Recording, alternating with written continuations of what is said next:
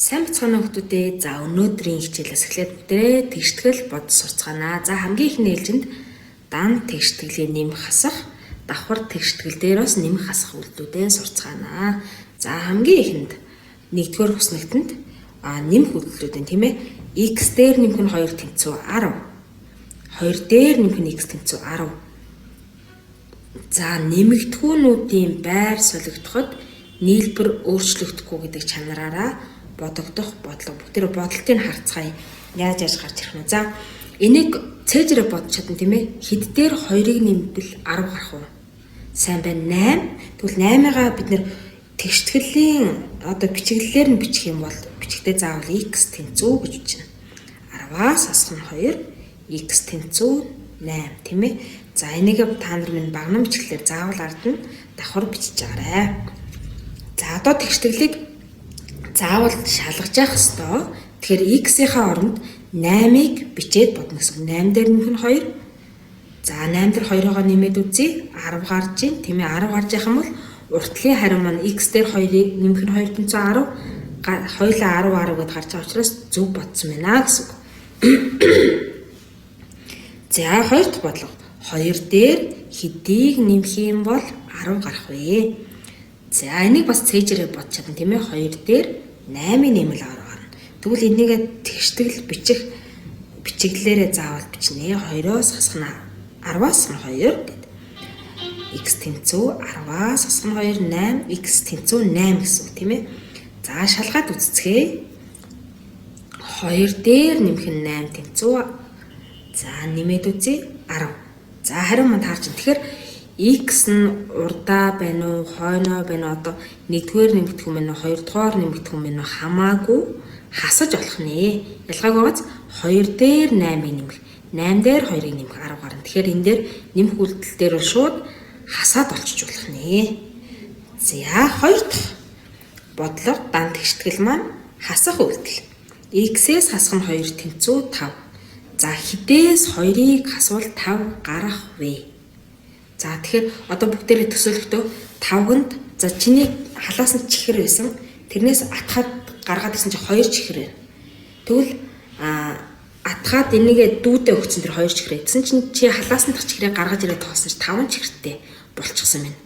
Тэгэх юм бол чи анх хэдэн чихэртэй байсан бэ гэдгийг олохын тулд буцаагаад дүүгээсээ чихрээ аав. Тэгэхээр 5 дээрээ 2-оогоо нэмжээж анх хэд байсан гарч ирж байгаас тэгэхээр x тэнцүү 5 дээр нэмэх нь 2. За энэ 5 дээр 2-ыг нэмэхээр 7, x тэнцүү 7. Тэгвэл би анх 7 чихэртэйсэн юм. Дүүдээ ингээ хасаад өгсөн чихрээ буцаагаад авчих юм бол анх би хэдэн чихэртэйсэн бэ гэдэг гарч ирэх юм шүү. За юм. Одоо хасах үйлдэлийг бодохдоо тэгш төсөөлөх нь. За бүгдээ шалгаад үзцгээе. 7-оос нь 2, 5 гарч ийн. 7-оос нь 2 тэнцүү 5. Тэгштгэл маань таарч ийн 5 5 гарч ийн тийм ээ. Зөв гэсэн үг. За дараагийнх нь 7-оос хасах нь x тэнцүү 3. За энэ хоёр өөр шүү. За юу. Энэ хасгууд нь болохоор за чи 7 чихэртэйсэн. Атхаад чихрнээсээ атхаад дүүдээ өгсөн чинь чи 3 чихэртэй үлдсэн. Дүүдээ хэдэн чихэр өгсөн юм болов? Тэрийг бодохын тулд чи анх 7 чихэртэй байсан. Дүүн ингээд чихрээ аваад яваад гэсэн гэж бодъё. За тэгэнгүүт чи дүүдээ хэдийг өгсөн юм болоо гэж бодохдоо анх надад 7 байсан. Надад 3 үлдсэн гэхээр анх байсан чихрнээсээ өөртөө үлдсэн чихрээ хасчих юм бол дүүдээ хэдэн чихэр өгсөн бэ гэдэг нь гараад ирэх юм. За тэгвэл энийг бичиглэлээ ихтэй яах нь 7-оос 3-ыг хасаад 4 гарах нь. За шалгаад үзье. За би дүүдээ 4 чихэр өгсөн байна уу гэдгийг шалгахын тулд яах вэ? 7-оос 4-ыг хаслаа 3. Зүг байна. Тэгвэл надад 3 чихэр үлдсэн байна тийм ээ. Тэгвэл зүг гэсэн. За тэгвэл энэ хасах үйлдэл дээр яах нь яавал нэмж ийн, яавал хасж ийн гэдгийг маш сайн харж шүү. За яхаа. За асуултын эхнийхийг харъя. Чи дүүдээ чихэр өгсөн. Тэгээ чи 5 чихэртэй үлдсэн. Би анх хэдэн чихэртэйсэн болоо гэдгийг олохын тулд өөртөө байгаа чихрийг дүүдээ өгсөн чихрнээсээ нэмэх нь хооронд нь. Тэгэх юм бол би анх хэдэн чихэртэй гарч ирнэ. За тэгвэл чи 7 чихэртэй жаа дүүдээ хэдэн чихэрч хамаагүй мэдгүй ингээ атгаад өгөөд явуулчихсан. Тэгсэн чи 3 чихэртэй үлдсэн. Дүүдээ хэдийг нь өгсөн болоо гэдгийг бодохын тулд хасч болох нь байна. За ингээд дан тэгштэглээ маш сайн бодцоод тэгээд давхар тэгштгэл рүү орно шүү. За дан тэгштгэлийн бас нэг ийм жишээ байдаг. Багш энэ жишээнүүд дээр нь хоёр жишээ бодоод өгье. Тайлбарлаад өгье. За тэнцвэргүй тэмдгийн хоёр тал бол заавал тэнцэж явах ёстой. Тийм ээ. Тэгэхээр ийм тэнцвэргүй тэмдгийн ард нэмэх, үржих, хуваах гэд үйлдэл байх юм бол тэрийг нь хамгийн түрүүнд бодчихно. За тэгэхээр эхний тэнцвэргүй тэмдгийн уртлын хэсэг маань яг хэвээрээ 841-ээс хасгана гэд энэ хоёр тоогоо хооронд нь нэмлээ. 628. Тэгвэл 193 дээр нэмэх 435 тэнцүү 628 гэдэг энэнийхээ оронд 628 биччих нь. За одоо бид нарын нөгөө мэддэг дан тэгштгэл маань тийм ээ. Тэгэхээр энийг бичгтээ бүгдээрээ. За одоо нөгөө дүүдээ хэдийг өгөөд явуулсан нь мэддэхгүй шүү дээ тийм ээ. Дүүдээ өгчихсөн. Тэгвэл тэрийгэ олохдоо дүүдээ өгснөйг олохдоо хасаж олно тийм ээ. За тэгээ хаслаа. X тэнцүү 213 дүүдээ 213 өгсөн байна гэж ойлгоо. За бүгдээрээ шалгаад үзцгээе. За 841-ээс за шалгаж үзэхдээ цэнхрээр тэмдэглэснийг харж байгаа шүү шалгач шүү заяа. За тэгэхээр 841-ээс нь 213. За 841-ээс 213-ыг хаслаад 628. За энэ цэнхрийн арталт тэнцвэргүй тэмдгийн арталт 628 байна. Бидний хариу 628 байна. Гарсан. Тэгэхээр зөв бодсон гэсэн үг. За хоёр дахь бодлогыг харцгаая. За тэнцвэргүй тэмдгийн ард үйлдэл байх юм бол тэрийг нь шууд бодчих болно гэсэн тийм ээ багш нь. За тэгэхээр 49-ийг 2-оор үржүүлээ 98. За тэгвэл энэ тэгштэглээ бодох нь сүүлд гарч ирсэн тэгштэглээ. X-ээс хань 98 тэнцүү 98. Тэгвэл чи анх хідэн ч хэрэгтэй байсныг мэддэхгүй байна. Дүүдээ өгсөн чинь дүүдээ 98 өгсөн чинь чамд 98 болсон. Тэгвэл би анх хідэн ч хэрэгтэйсэн бэ гэдгийг олохдоо нэмж олно тийм ээ. За ингээд нэмлээ 196. Тэгвэл би анх 196 чихртэй байсан уугүй юу шалгая.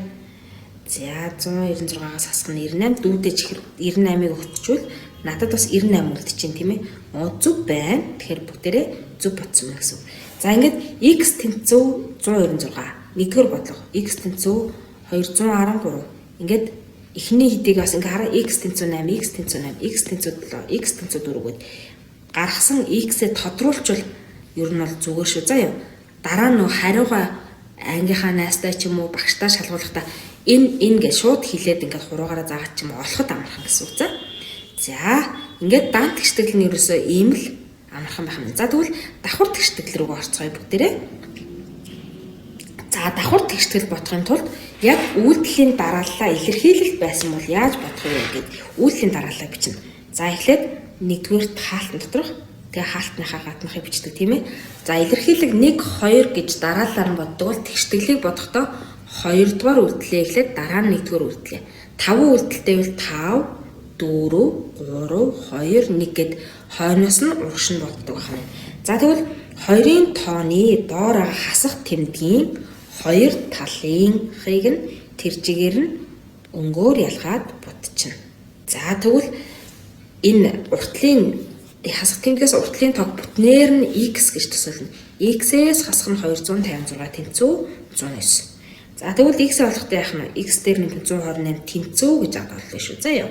Тэнцүү. За энэ хэд байсан бэ? Хэдээс 256-г асуул 100-аас гарах юм бэ гэдгийг олохын тулд нэмж олно тийм ээ. Давхар дан тэгштэглээ маш сайн бодчих юм бол давхар тэгштгэл амархан шүү хүмүүдээ. За яг дан тэгштгэл бодож байгаа юм шиг л бодчихно. За нэмлээ. За ингээд бид нэр буцаад яаж ин дан тэгштгэл рүү орчихсон. X дээр нэмэх 128 тэнцүү 365. Нэмжээвэл яадаг вэ? Хасдаг тийм ээ. Шууд хаслаа. За энэ хаслаа 237. За багшны дээдлийн нэмэх үйлдэлийг хийгээгүй. Та нар заавал арталтанд багны бичиглэлээр бичээд авъя шүү. За яа. За x тэнцүү 273 шалгаад үзцгээе. За x-ийн оронд 237 шүү 73-ыг хэлчлээ багш нь. 237 дээр нэмэх нь 128 хасах нь 256. За эхлээд хаалтан доторхоо бодно тийм ээ. 365.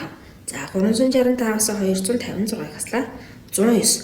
Хамгийн ихний хариуцлага маань таарж ин тийм ээ. Тэгэхээр бид нэр зөв бодсон байна гэсэн. Тэгэхээр x-ийг тодруулж болно. Энэ миний x мөн x нь 237 гарсан гэсэн. За хоёр дахь бодлого. За хамгийн түрүүнд багш нь яана гэлээ?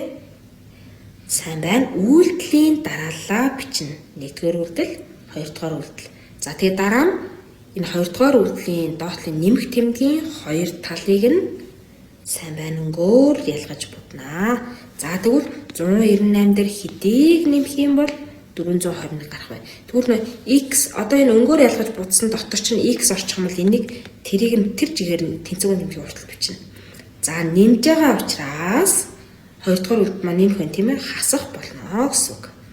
За хасцгаая. 223. За дараа нь ингээд бүгдээрээ дан тэгшгэлтэй болчихлоо. 543-аас хасах нь x тэнцүү 223. Энийг болохтой яадаг вэ? Хасч боддог. Сайн байна. За ингээд хасцгаая.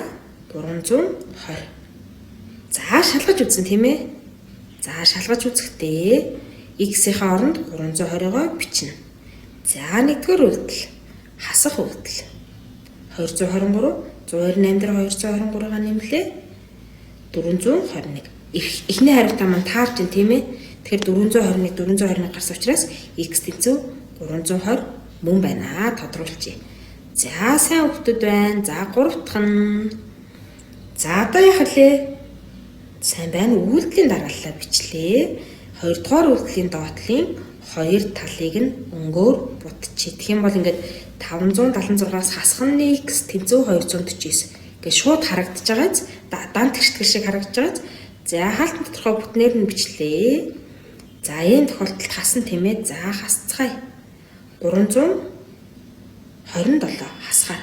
За одоо дан тэгшгэлтэй болсон. Дахиад x дээр нэмэх нь 193 тэнцүү 327. За энэ дээр багш нь хасах үйлдэл биччихээ. Та нар минаас заавал ингэ бичиж шүү. За явах байна. За хаслаа. Хасах үйлдэлээ хийлээ. 134 x тэнцүү 134. За шалгаж үзсэн тийм ээ. Сайн байна. X-ийн хооронд 134-ийг орлуулад бичлээ. Хаалтан доторхоо нэмлээ. За 576-аас хаалтнаас гарсан хариугаа хаслаа. Хариу нь 249. Ингээд эхний хариутаа мань таарч байгаа учраас хариу маань 134 болох нь. За хүүхдүүдээ хальт харж байгаарай.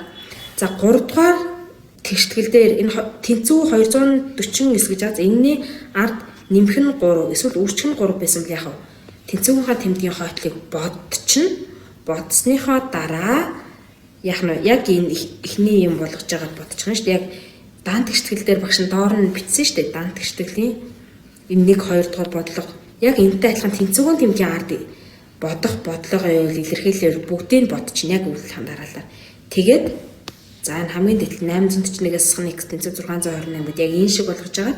Тэнцвүүн тэмдгийн ард ганцхан ширхэг тоо болгож байгаад бодно шүү. За тэнцвүүн тэмдгийн ард 2 3 4 тоо байх юм бол бүгднийг яах нь нэм гэвэл нэмээд хас гэвэл хасаад бодчихно. Тэгээд нэг тоо болгонгуудаа за ийм нэгдүгээр тоо болгохоор ийм болгоод тэнцвүүн тэмдгийн ард ганцхан 109 гэсэн тоогоос ийм болгож байгаа л бодно шүү.